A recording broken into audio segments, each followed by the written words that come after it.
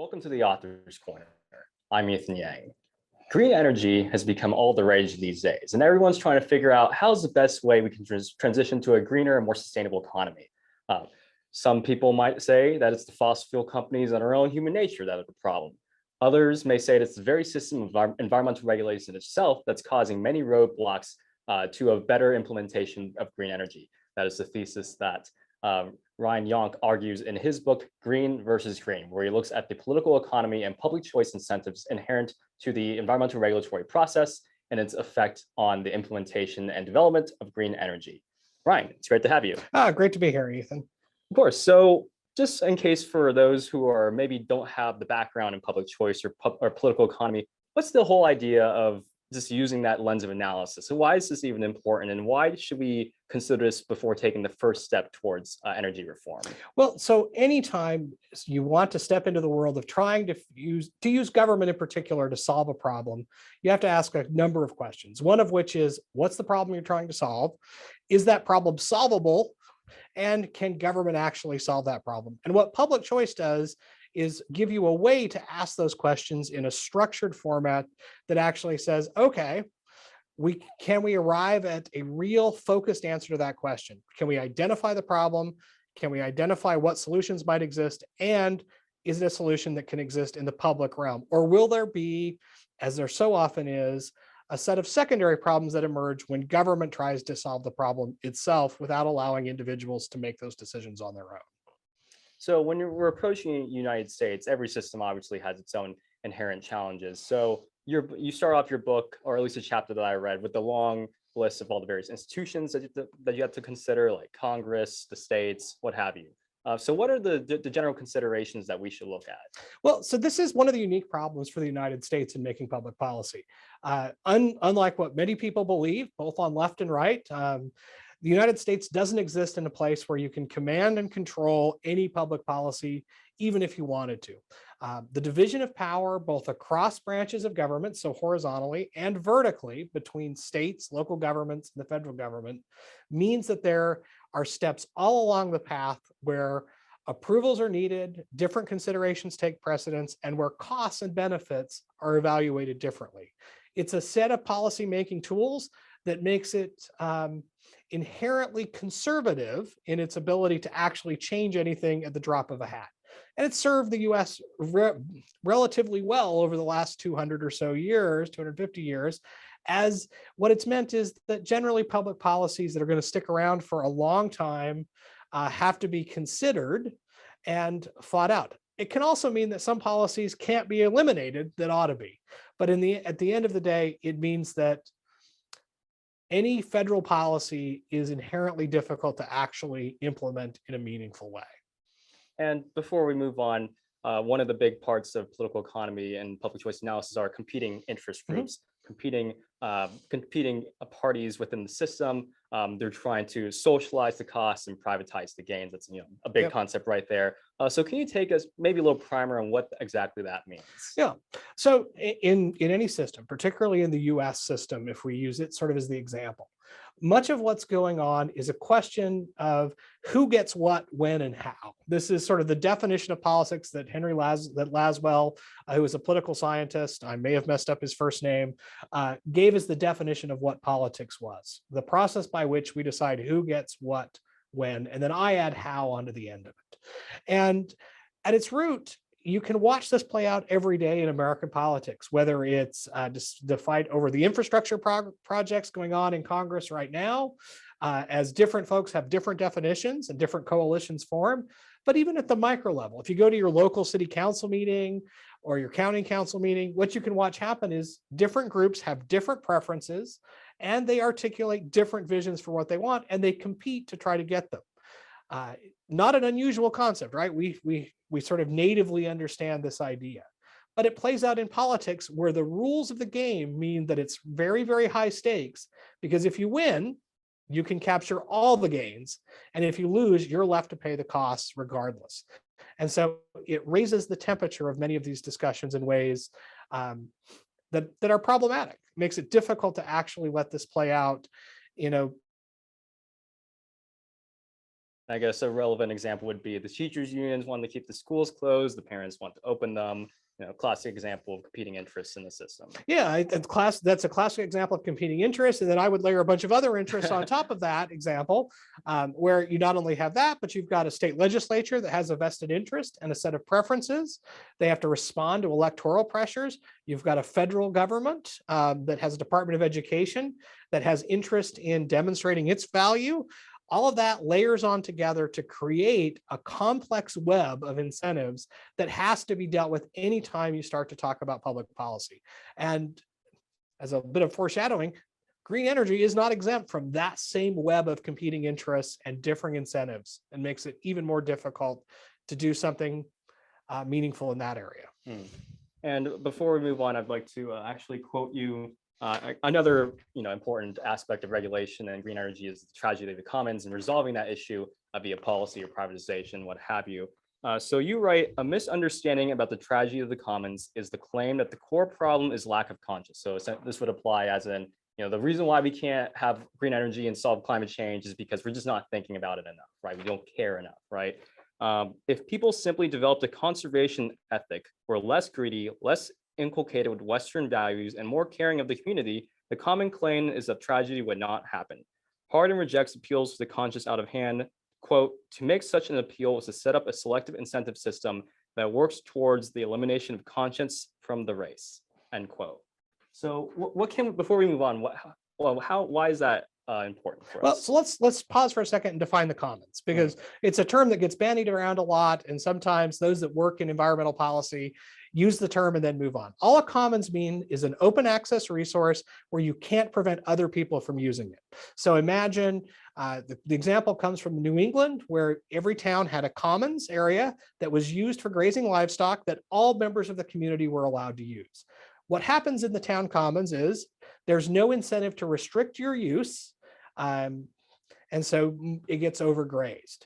And as we sort of illustrated there, the classic example that gets cited is that if people were just better, we would see an ability to self-regulate the commons. And if it was just that we thought about these things better, or we were more moral, the solutions would emerge.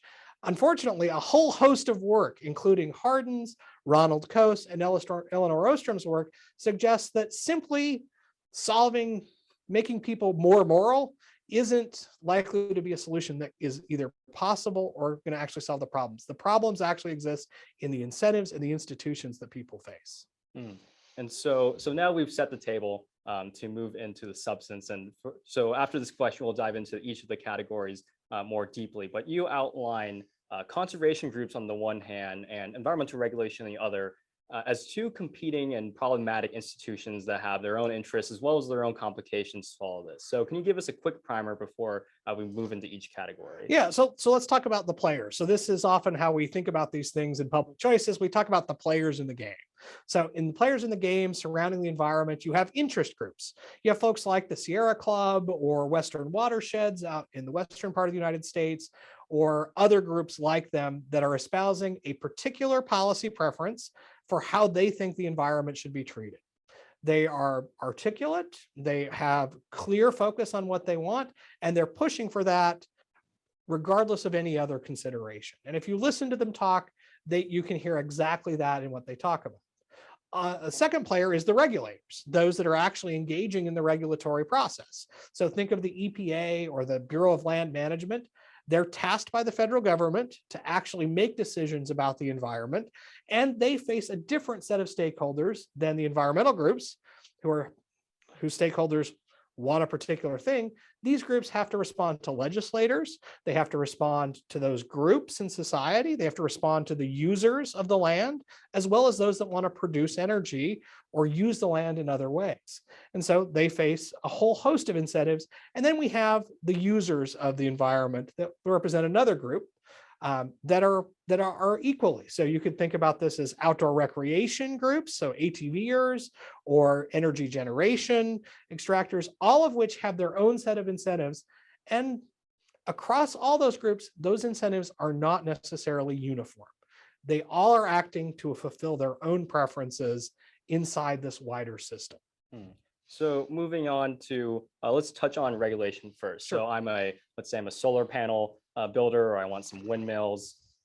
Your book makes it very clear that the regulatory system, especially ironically, the environmental regulatory system, makes it more difficult, not easier to build. So why is that? Yeah, so this is the title of our book. It was called Green versus Green. It was written with a couple of colleagues of mine, Randy Simmons and Brian Steed. I should give them credit for their part in it. But what we highlight is that often, because of the incentives that everyone faces, environmental regulations are not crafted in a vacuum. They're not crafted to simply do one thing. And as a result, we end up having green aspirations that get thwarted by green regulations, meaning that we say, this is how you will do X, or how you will do Y. And for the new innovation, that often makes it far tougher to actually implement. By the same token, because we want to restrict some uses, we have a responsibility, generally as federal agencies, if they're going to put into place rules, they have to apply equally across all people. And so as soon as you make something apply to those that are going to produce energy off the land from fossil fuels or extractive industries, similar regulations end up having to apply to green energy as well, making it tougher and more expensive to install that on public lands. And one of the shocking statistics that you cited were, there's millions of acres that you can potentially build, millions of federally managed land that you can potentially build solar panels on. Only a very small percent of that is actually you're actually allowed to build on, right? Yeah, correct. So again, this is the competing interest story. So even in those environmental groups, they tend to be for green energy. They also tend to be for protection of publicly owned lands in the wilderness system. Those two things come into conflict, two green goals that are thwarting each other. And as a result, we end up taking additional land off the table that might potentially reasonably be used for things like wind or solar. That's, I think, an open empirical question, but it can never happen because of these competing goals. And that's what we highlight in Green versus Green. Later on, we talk in a couple of additional books, Nature Unbound, and then a future book that we're going to be working on about voluntary environmentalism, about how those things actually come to be, the process by which they're thwarted, and what might be a potential solution. And I guess one last note on regulation, it also probably makes it a lot more expensive. It's already expensive enough to have solar power. It probably makes it more expensive. You got to do environmental assessment. Then if there's an endangered species on the land, they're probably not endangered to begin with, but like according to the list they are. Then you got to hire a consultant to assess all that kind of stuff. Yeah, so all those things that apply to any other project also apply to green energy production. You're going to have to comply with NEPA, the National Environmental Policy Act. You're going to have to actually follow through the process of permitting. You have to deal with environmental effects that you might have, all of which does increase the cost. One of the open questions I think that deserves some self-reflection, especially from green groups, are the costs that they impose on green energy worth what they're doing, because they create them to prevent other energy development or other uses, but they catch green energy in the same sort of regulatory trap. So let's move on to not just the conservation group, but you also just reference like normal private interests, like people who don't, like not in my backyard, NIMBY. Oh yeah. You also, I forgot, it's called banana. I don't know what exactly that Build one. absolutely nothing anywhere. Yeah. So you have, conservation groups, but you also just have, private landowners who just don't want it in their backyard. Yeah, so you have people that the NIMBY concept, not in my backyard, folks, are everywhere. Again, go to any local town meeting and you will find them. Go to enough of them and I'll turn up at one in my own local area, and I'm absolutely a NIMBY occasionally. There are things I don't want in my backyard, but green energy isn't exempt from those same sort of considerations. Windmills have been defeated because they're unsightly. Happened just off the coast of the Northeast. Solar farms similarly have been pushed back against for the same reason. There's also some real effects. So there are noise that comes. There's increased temperatures around some solar farms, not every solar farm, but some. And there are real effects that happen. And so NIMBYs often can prevent it. Those that are interested in bananaing, which is build absolutely nothing anywhere, use lots of the same techniques as NIMBYs. They just acknowledge that it's not just their backyard they don't want it in. They don't want it anywhere. Anyone's backyard. Correct.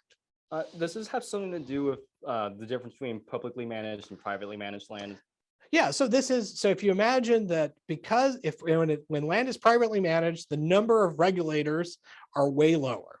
Okay, as soon as you introduce public management in it, the number of regulators go way up. And so it's far easier to develop wind energy or geothermal on private land or state controlled land than it is federally controlled land, in large part because of the regulatory state that accompanies federal involvement. If you look at where most green energy projects have been cited, they're not cited on federal public lands. The majority, in fact, the vast majority, are cited on state or public lands. There are some on federal lands, but the vast majority go there. One story that comes up in Green versus Green that was striking is we went out to visit a geothermal plant named after a Utah senator because he got them the money to put it in. Standard sort of pork barrel story. We went up to the top of the geothermal tower and we looked out at their transmission lines, the lines that take the power out of the geothermal plant. And they were running on a zigzag, looked like a zipper running across the desert. And we're looking at this and we're just utterly confused, wondering if there's some engineering reason for this. And we talked to the site manager, we asked, so why does your line do that? And the answer was surprisingly simple. He was following the parcel lines, the boundary lines between state land and federal land. And they actively avoided crossing into federal land because of the increased regulation that would come with building the transmission line across federal lands. So they increased the cost fairly dramatically by having to zigzag the line, but they viewed it as being far less than dealing with the compliance cost of crossing federal land. So there is this transmission line out in the Utah desert that just zigzags, and it's bizarre. So just to recap for our audience, because we have said a lot. So you have the regulations creating these odd and perverse incentives to build things which you just described, and you also have competing political interests, no matter how how well-intentioned, like conservation groups who want solar panels, but at the end of the day, they'd rather protect the animals instead of build those solar panels. Yeah, they have different preferences, whether it's protecting animals or getting what they want or building absolutely nothing anywhere. All those things come into play. And I think the real story is that the more you regulate, the more you allow government to make these decisions, the more opportunities there are for these sorts of situations to develop, which are sort of the classic public choice problems, where people see a way to use politics to get what they want rather than the marketplace or the sort of civil sphere where ideas have to compete. Instead, they can capture the political preferences of a few to get what they actually desire. And so I often get sort of called anti-green energy. I reject that notion. I'm excited for potential of green energy, but I also recognize that if you watch what we've done so far, we've involved government in that process to such an extent that there's not a chance we're going to get to an answer that really works. I'm much more hopeful for the crazy guy in his garage trying to solve this problem than a centrally managed program from the US Department of Energy predicting and regulating and telling us what the next right answer is. So this moves us to our final question, and it is a big question, so we'll probably split into multiple smaller questions. But how do we, knowing all this, how do we create a system, or what would your potential system be for something that can manage all these competing interests while also allowing the greatest amount of energy development and private transactions to go through with the greatest level of rapidity? So, I mean, everyone who listens or has read any of the things I've ever written, I was going to be surprised because my answer is way less regulation, way less involvement of government, but an increase in the responsibility of those whose act to have to bear the cost themselves.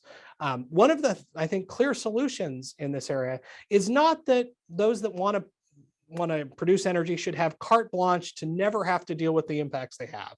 Instead, there are approaches that can force them to bear the potential burden of what damage they do through common law rather than a regulatory state. So if you damage something, you cause real harm to people, you're on the hook, you and your insurer are on the hook for that. Creates an incentive to actually behave better. I also think one of the ways is to remove many of the regulations that are designed with specifically to prevent something from happening.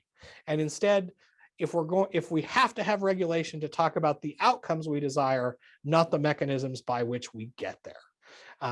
So in my ideal world, almost no regulation, and we force people to bear the costs of what they do.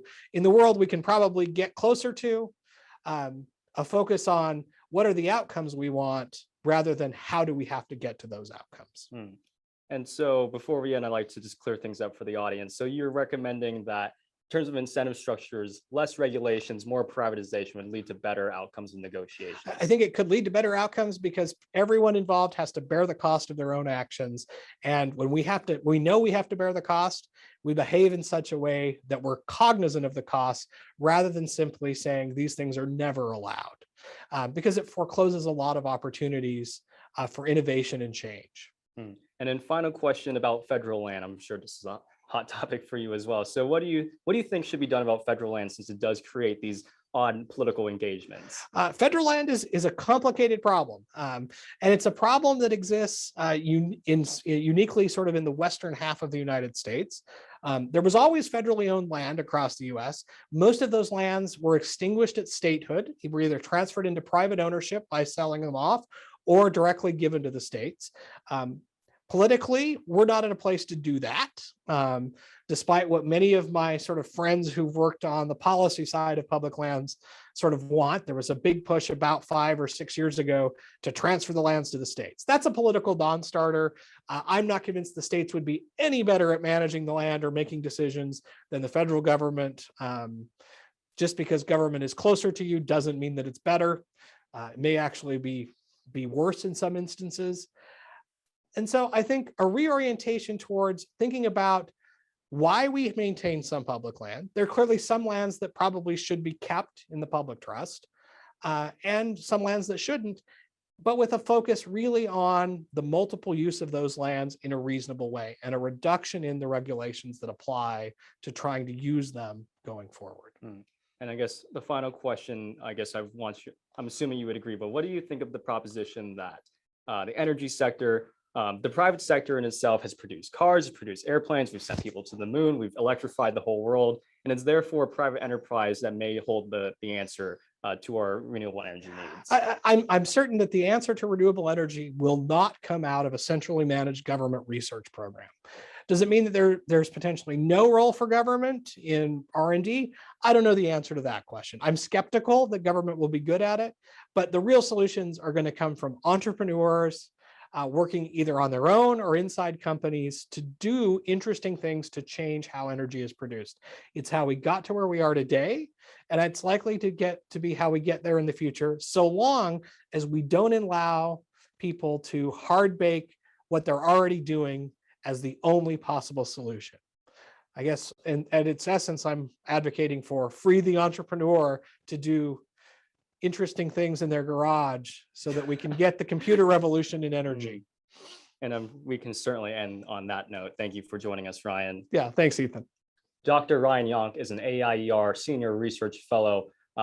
His work, again, is called Green versus Green. He's also working on a lot of other different books on similar topics. If you really liked what you heard, make sure to follow AIER on Facebook, Twitter, YouTube, Instagram, as well as check out our website at aier.org. If you really want to support more cutting edge research such as this, make sure to become a donor. All this information and more can be found at aier.org. Thank you.